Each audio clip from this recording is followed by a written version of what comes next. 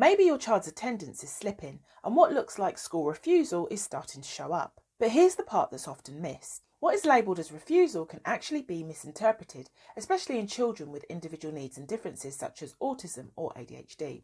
And as parents, we start to recognise the early signs of anxiety, and for some of us, it is not understood. It's labelled as disobedience, attention seeking, bad behaviour or defiance, where we find ourselves trying to protect our child's identity, their well-being and their future in education. When that happens, negative traits get assigned to their anxiety, their challenges are viewed as less needing of support, and assumptions are made about behaviour instead of understanding the cause. School anxiety and school refusal are not the same thing, but when anxiety is dismissed, the consequences look the same and a child pays the price, leaving us to question, how do we navigate this predicament? So in this video, we're going to unpack the difference between school anxiety and school refusal, why these challenges are so often misunderstood, and why gaining clarity around this predicament helps us advocate with confidence so that our children can continue to engage in their learning with greater ease. My name is Brenda and I'm a parent mentor and a fellow parent. I support parents raising children with individual needs and differences to stay empowered whilst they navigate through procedural challenges.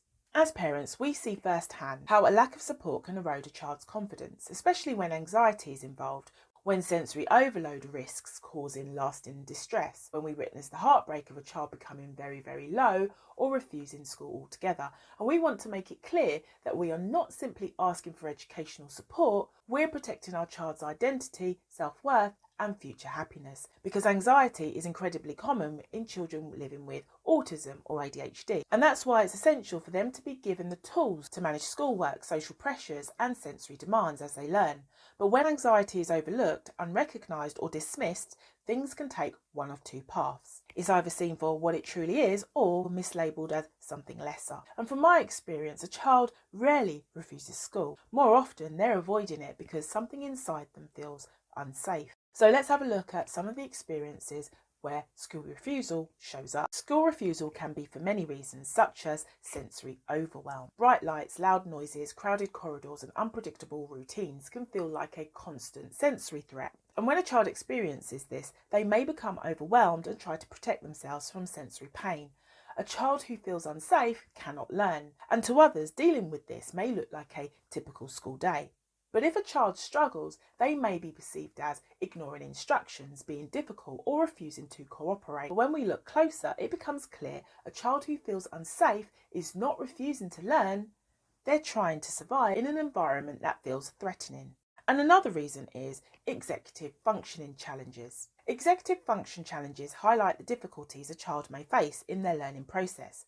And if a child is struggling to keep up academically, emotionally or physically, anxiety almost becomes inevitable. From a child's perspective, this overload can trigger involuntary responses. And to others, this might look like throwing a tantrum, being dramatic or seeking attention. However, these reactions may stem from being corrected, misunderstood or compared to others, and a child who is overwhelmed cannot function efficiently and is not refusing to learn. Another reason is social difficulties or uncertainty. Some children experience school exhaustion and spend much of the day masking, smiling, copying peers and trying to behave normally. Masking is incredibly draining and the crash afterwards can feel like a complete collapse. And from a child's perspective, navigating crowded corridors or busy lunchrooms is an effort to prevent overload. And to others, this might appear as being aloof or acting awkward on purpose.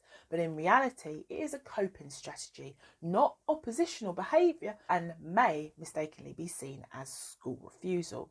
And if unaddressed, these challenges can lead higher rates of bullying, misunderstanding and social isolation. And another reason is emotional regulation differences. Some children experience emotions more intensely, take longer to calm down, struggle to identify or explain what they're feeling, and find it harder to stay regulated in busy or stressful environments. And from a child's perspective, these actions support regulation and concentration, and a clear sign that they're overwhelmed and unable to process any more input. And to others, these behaviours may be interpreted as messing around, not focusing, disrupting the class, refusing to answer, being rude or not trying. But a child who is burnt out cannot attend, and they are not refusing to learn.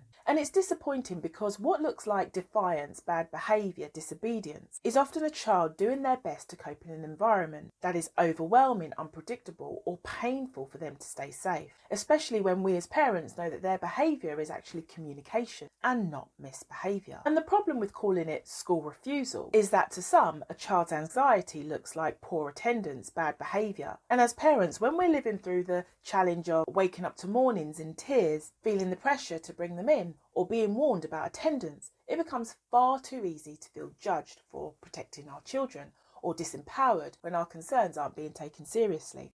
And far too often the focus becomes, how do we get them into school, instead of, why can't they cope with school in the first place? And this is where we step in to advocate, because understanding the why is the only way to truly understand a child. And this is why advocacy is needed in these predicaments, as it's essential to make sure that anxiety is not being misrepresented in school, as per reasons highlighted in this video, as forcing attendance can make anxiety worse. And we need to make sure as parents that we don't fall into the parent guilt trap when advocating for an anxious child that may be deemed as non-compliant, as this will result in us and our child feeling stuck or out of education for long periods of time.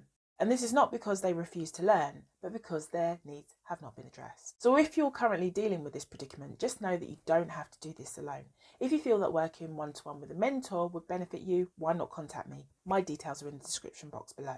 Because as mentioned before, school anxiety and school refusal are not the same. One is a choice, the other is a response to distress. And when this difference is understood, it's easy to navigate through the challenges with clarity and the ability to create progress.